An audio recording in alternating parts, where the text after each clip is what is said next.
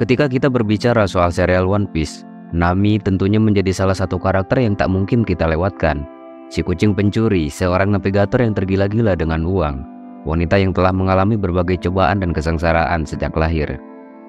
Di video kali ini, kita akan mencoba mencari tahu lebih dalam tentangnya, melihat korelasi antara masa lalunya yang sulit, uang, impian, dan kebebasan. Warning, pembahasan ini mengandung spoiler untuk animenya dan dibuat berdasarkan berbagai sumber serta interpretasi pribadi.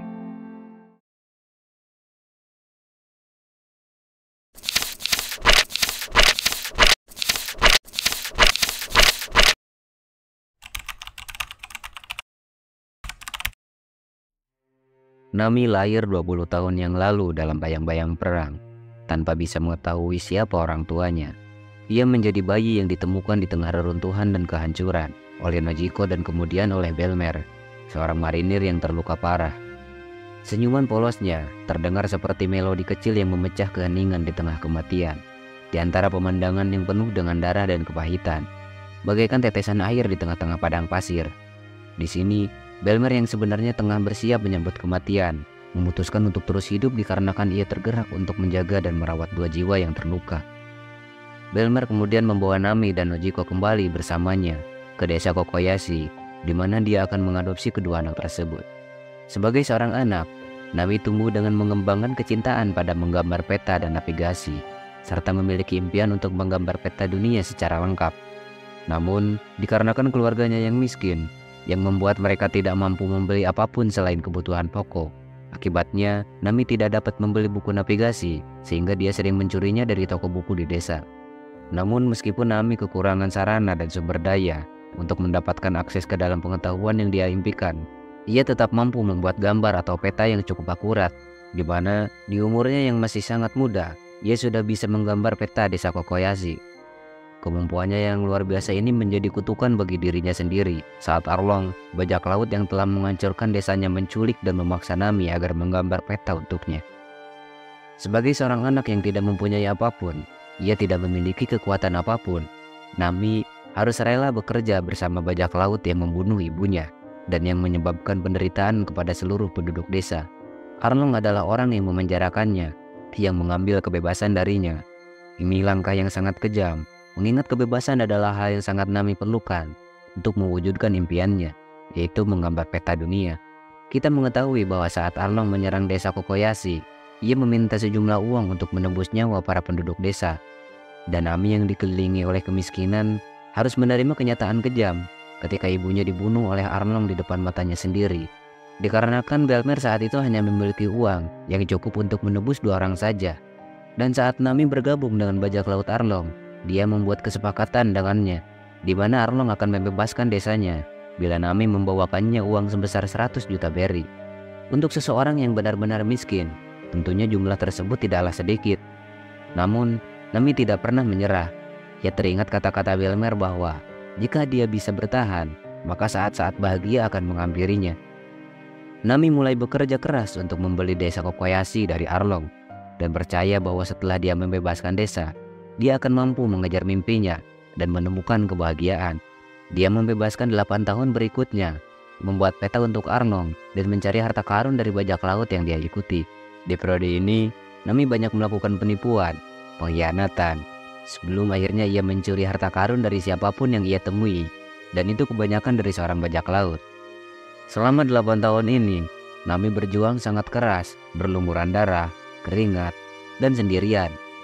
Dia tidak bisa meminta bantuan kepada siapapun, dikarenakan ia tahu hal itu malah akan menyulut bencana yang lebih besar. Dan kesendirian adalah harga yang harus dibayar untuk melindungi orang-orang yang ia cintai.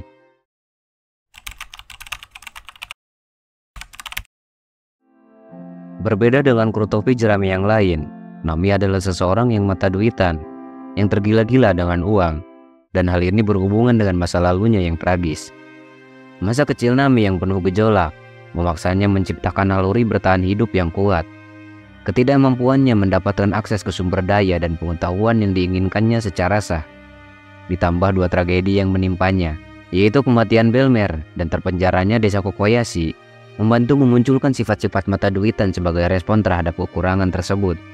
Dia mengerti betul nilai uang dan kekuatan ekonomi, terutama setelah mengalami keterpurukan yang mendalam. Pada titik tertentu, keinginannya untuk membebaskan diri dari kemiskinan dan ketidakpastian finansial mendorongnya untuk fokus pada kekayaan dan mata uang. Hal ini menjadi semacam bentuk pembebasan diri, di mana kontrol atas keuangan dan keamanan finansial dianggap sebagai bentuk kebebasan yang dicari-cari. Sebagai seseorang yang tidak memiliki kekuatan apapun, dan ketika ia dihadapkan pada situasi yang mendatangkan keputusasaan, dan ketika uang adalah satu-satunya harapan yang diberikan kepadanya untuk keluar dari keputusasaan tersebut, maka tidak heran apabila Nami menjadi seseorang yang tergila-gila dengan uang. Masa lalunya yang penuh kemiskinan mengajarkannya nilai uang sebagai sarana untuk mendapatkan akses ke pengetahuan, sumber daya, dan kebebasan yang diinginkannya. Nyatanya, mata duitannya yang tak terelakkan terkait erat dengan puing-puing kenangan yang hancur, diwarnai oleh darah dan pengorbanan. Uang dalam konteks ini melambangkan kebebasan. Jadi kerakusan Nami akan uang yang terus-menerus tumbuh. Bahkan setelah ia berhasil membebaskan desa Kokoyashi bukannya tanpa alasan. Nami melihat atau menyamakan uang dengan kebebasan.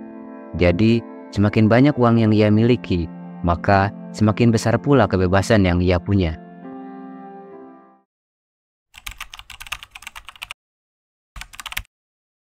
Bagi Nami, sosok yang selalu menunjukkan kekuatan dan ketangguhannya, momen langka terjadi ketika ia terguncang oleh tangisan dan lantunan kata-kata.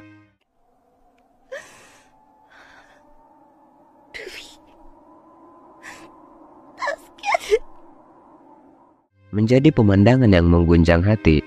8 tahun derita yang dikenangnya seakan terhimpun dalam kata-kata itu, merangkak keluar sebagai penanda putus asa yang telah lama terpendam. Kejadian ini menunjukkan betapa putus asanya dia, sekaligus memperlihatkan seberapa besar Nami mempercayai Luffy. Kita mengetahui bahwa Nami telah menipu dan mengkhianati banyak orang berkali-kali. Jadi, ketika ia terpojok, ketika ia memperlihatkan kelemahan dan betapa rentan dirinya di hadapan Luffy, itu adalah bukti kuat seberapa Nami mempercayai Luffy. Ini adalah hal yang menakjubkan, mengingat Nami tidak pernah mempercayai siapapun sebelumnya. Sama seperti Chopper dan Robin, kata teman memiliki bobot yang sangat berat untuknya. Nami diketahui sudah terbiasa mengkhianati, menipu, dan mencuri dari siapa saja. Dan hal ini membuatnya selalu menjaga jarak, dikarenakan ia tahu bahwa suatu hari nanti ia harus meninggalkan mereka, dan hal ini telah ia lakukan berulang-ulang kali. Dia mungkin saja menganggap dirinya tidak pantas untuk mendapatkan seorang teman. Hal ini menjadi sebuah konflik internal yang membuatnya bimbang dan marah pada dirinya sendiri. Baginya, teman bukan hanya kata biasa, melainkan beban emosional yang sulit dipikul. Namun, pada akhirnya, di tengah-tengah kesesatan dan penyesalan, Nami memilih membuka hatinya, meyakini bahwa Luffy adalah tempat ia bisa merasa aman. Sebaliknya, ketika Luffy menyerahkan topi jeraminya, harta satu-satunya yang sangat berharga baginya kepada Nami, itu lebih dari sekedar aksi simbolis, melainkan tindakan nyata dari kepercayaan Luffy kepada Nami. Di dalam dunia yang keras dan penuh kecurangan, Luffy mempercayakan sesuatu yang sangat berharga. Ini mengukir jalan kepercayaan di antara mereka berdua.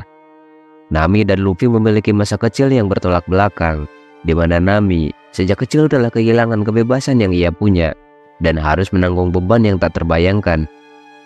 Di sisi lain, Luffy memiliki masa kecil yang tak seburuk Nami, di mana ia bisa hidup bebas dan melakukan apapun yang ia sukai. Mau bagaimanapun, Luffy tumbuh menjadi simbol dari kebebasan di serial One Piece ini. Kisah Nami dan Luffy terhubung erat saat Luffy, sang simbolis kebebasan, berhasil mematahkan belenggu Arlong yang memenjarakan Nami, yang selama ini terkurung dan kehilangan kebebasan, kini terlepas dari belenggu penderitaan yang menyiksa jiwanya. Nami sangat menghargai Luffy dan percaya kepadanya. Percaya bahwa Luffy akan menjadi Raja Bajak Laut. Bisa dikatakan, percaya pada Luffy adalah hal suci bagi Nami. Saat pertempuran di Wano contohnya, ketika Ulti memaksanya menghina impian Luffy, Nami menunjukkan keteguhannya. Dalam bayang-bayang kematian sekalipun, Nami menolak mengingkari keyakinannya. Meski nyawa menjadi taruhan, ia menolak mengucapkan kata-kata yang meragukan impian Luffy. Ini bukan hanya tentang kepercayaan, melainkan keberanian dari seorang wanita yang tahu arti sejati dari kebebasan. Nami memang bukan satu-satunya orang yang memiliki kepercayaan penuh kepada Luffy. Namun, untuk orang yang benar-benar penakut, Ini adalah hal yang sangat menyentuh sekaligus menakjubkan. Setelah peristiwa pahit pemisahan kru topi jerami oleh tangan Kuma, Nami menyadari bahwa demi mewujudkan impian Luffy sebagai Raja Bajak Laut, ia harus mengasah kemampuannya sebagai navigator. Kesadaran itu tumbuh dalam dirinya, memahami bahwa di setiap kesulitan, Luffy selalu hadir, siap memberikan pertolongan di saat ia paling membutuhkan. Namun, ketika Nami menyadari bahwa saat giliran Luffy yang membutuhkan dukungan setelah kehilangan kakaknya, Ace, dan dia justru tak ada di sisinya, rasa frustasi pun membara, menggoyahkan hati yang sudah kuat. Kesedihan dan tekad bersatu dengan teman-temannya mendorong Nami untuk menjadi lebih kuat demi keselamatan kru yang menjadi keluarganya. Ia merangkak keluar dari keputusasaan, bertekad untuk melindungi mereka di atas kapal yang mereka panggil rumah. Persis seperti yang ia ungkapkan sendiri. "Atashi wa koukai shi, kaijou ni iru aida wa sekinin judai yo. Senchou no nozomu basho gurai, doko he demo chanto tsurete agerarenakucha." Impian Luffy untuk menjadi Raja Bajak Laut dan impian Nami untuk menggambar peta dunia terjalin erat. Sebuah benang merah tak terlihat yang mempersatukan tujuan dan impian mereka. Luffy memerlukan navigator yang handal di lautan yang penuh bahaya. Dan Nami, meskipun tak memiliki kekuatan tempur sehebat Luffy, tetapi di sanalah keunikan dan kebutuhan mereka bersilangan. Sebuah hubungan saling membutuhkan di tengah lautan mimpi yang luas.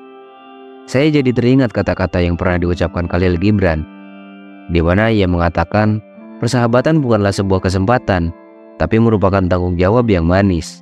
Terima kasih. Bagaimana menurut kalian?